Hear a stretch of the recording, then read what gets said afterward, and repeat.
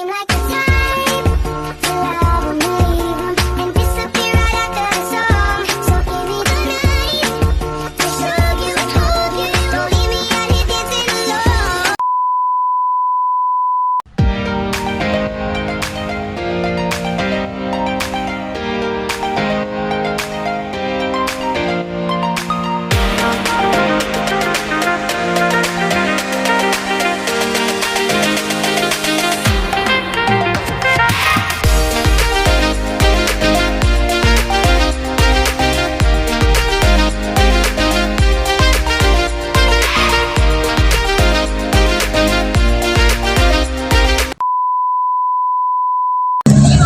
Assalamualaikum warahmatullahi wabarakatuh. Halo teman-teman, kembali lagi bersama saya Tia Natalia Seng dengan NPM 0227231153. Saya merupakan mahasiswa Unil Ternate, Fakultas Ekonomi dan Bisnis, program studi akuntansi. Nah, di video kali ini saya sedang berada di Lengmar, Kota Ternate. Tujuan saya di sini untuk memenuhi tugas mata kuliah metode penelitian yang berjudul Teknik Analisis Metode Fenomenologi. Nah, yang pertama saya akan menjelaskan terlebih dahulu mengenai pengertian dari metode fenomenologi. Jadi, metode fenomenologi adalah pendekatan penelitian kualitatif yang berfokus pada pengalaman subjektif individu terhadap suatu fenomena. Tujuan utama metode ini adalah memahami makna yang diberikan oleh individu terhadap pengalaman mereka.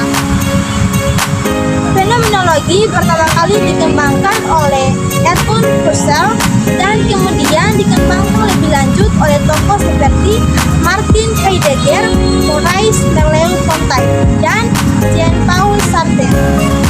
Dalam penelitian fenomenologi, peneliti berusaha menggali esensi pengalaman berdasarkan perspektif partisipan.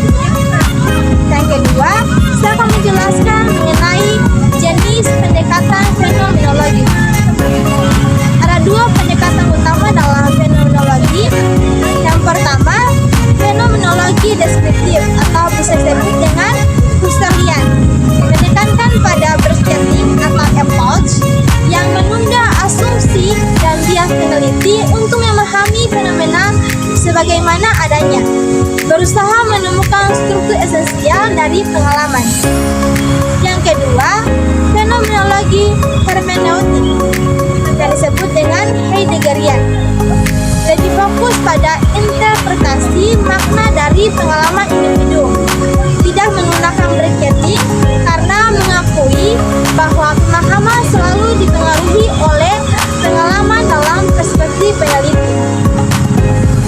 Selanjutnya, saya akan menjelaskan bagaimana teknik pengumpulan data. Jadi, teman-teman, teknik pengumpulan data dalam metode fenomenologi biasanya menggunakan teknik pengumpulan data sebagai berikut. Nah, yang pertama, wawancara dalam yang disebut dengan in-depth interview.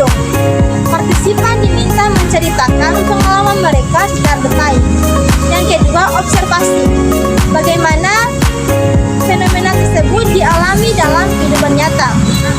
Yang ketiga, dokumentasi pribadi, termasuk jurnal, catatan harian, atau surat yang menggambarkan pengalaman seseorang. Materi yang keempat, teknik analisis data dalam fenomenologi. Nah, teknik ini ada beberapa teknik analisis data yang sering digunakan dalam metode fenomenologi. Yang pertama, metode Koaisi. Metode ini dikembangkan oleh Koaisi tahun 1978. Metode ini digunakan untuk mendapatkan esensi pengalaman partisipan melalui 7 langkah, yaitu yang pertama, membaca ulang semua transkrip wawancara untuk mendapatkan pemahaman menyeluruh. Yang kedua, mengidentifikasi pernyataan bermakna atau significant statement yang berhubungan dengan fenomena yang diteliti. Yang ketiga, memformulasikan makna atau formulasi meanings dari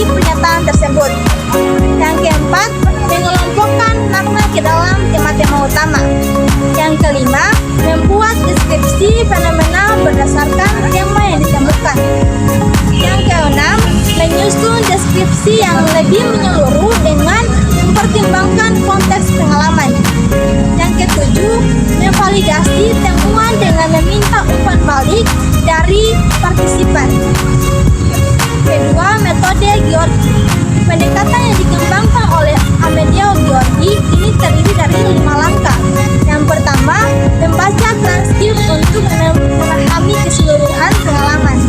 Yang kedua, mengidentifikasi unit makna atau bisa disebut dengan meanings unit. Dan yang ketiga, mengelompokkan unit makna menjadi tema yang lebih luas. Yang keempat, mengorganisasikan tema dalam bentuk deskripsi esensial. Yang kelima, menafsirkan hasil dari menghubungkannya dengan teori yang relevan. Metode yang ketiga, metode Van Kamp atau Poutakas. Metode ini dikembangkan oleh Clark Poutakas 1994 dengan pendekatan transendental fenomenologi. Langkah-langkahnya meliputi yang pertama, mengurangi dan mengeliminasi data yang tidak relevan atau disebut dengan horizontalization. Yang kedua, mengelompokkan pernyataan bermakna di dalam tema utama. Yang ketiga, menyusun deskripsi tekstual atau apa yang dialami partisipan. Yang keempat, menyusun deskripsi struktural, bagaimana pengalaman tersebut dialami. Yang kelima, menggabungkan deskripsi tekstual dan struktural untuk mendapatkan esensi pengalaman. Selanjutnya, saya akan menjelaskan materi kelima yang mengenai validasi dan kredibilitas dalam analisis fenomenologi. Keabsahan penelitian fenomenologi, beberapa strategi dapat digunakan. Yang pertama, triangulasi data, menggunakan berbagai sumber data atau metode. Yang kedua, member checking, memvalidasi hasil penelitian dengan partisipan. Yang ketiga, audit trail atau menyimpan catatan rinci tentang proses analisis. Yang keempat, refleksivitas, peneliti secara sadar mengakui dan menuliskan bias yang mungkin mempengaruhi penelitian. Nah, materi selanjutnya saya akan menjelaskan kelebihan dan kekurangan metode fenomenologi. Yang pertama, kelebihan metode fenomenologi. Yang pertama, memberikan pemahaman mendalam tentang pengalaman individu. Yang kedua, memungkinkan eksplorasi makna yang kompleks. Yang ketiga, tidak terbatas pada asumsi atau teori ada sebelumnya. Sedangkan kekurangan dari metode fenomenologi, yang pertama, memerlukan waktu yang lama dalam pengumpulan dan analisis data. Yang kedua, interpretasi subjektif dapat menjadi tantangan, sulit untuk digeneralisasi karena fokus pada pengalaman individual. Fenomenologi deskriptif atau bisa disebut dengan Husserlian menekankan pada berketing atau approach yang menunda asumsi dan bias peneliti untuk memahami fenomena sebagaimana adanya, berusaha menemukan struktur esensial dari pengalaman. Yang kedua, fenomenologi hermeneutik yang disebut dengan Heideggerian, lebih fokus pada interpretasi makna dari pengalaman individu, tidak menggunakan bracketing karena mengakui bahwa pemahaman selalu dipengaruhi oleh pengalaman dalam perspektif peneliti. Bracketing atau approach, peneliti menangguhkan prasangka dan asumsi pribadi agar tidak mempengaruhi interpretasi data. Fokus pada pengalaman subjektif partisipan tanpa mengaitkannya dengan teori atau pandangan pribadi peneliti. Pengkodean dan identifikasi tema. Setelah membaca ulang transkripsi peneliti, mengidentifikasi unit makna yang muncul dari jawaban partisipan. Contoh hasil pengkodean. Tantangan infrastruktur, sekolah rusak, kurangnya fasilitas belajar. Yang kedua, kesulitan akses jarak jauh, sulitnya transportasi. motivasi mengajar, semangat berbagi ilmu, kepuasan batin.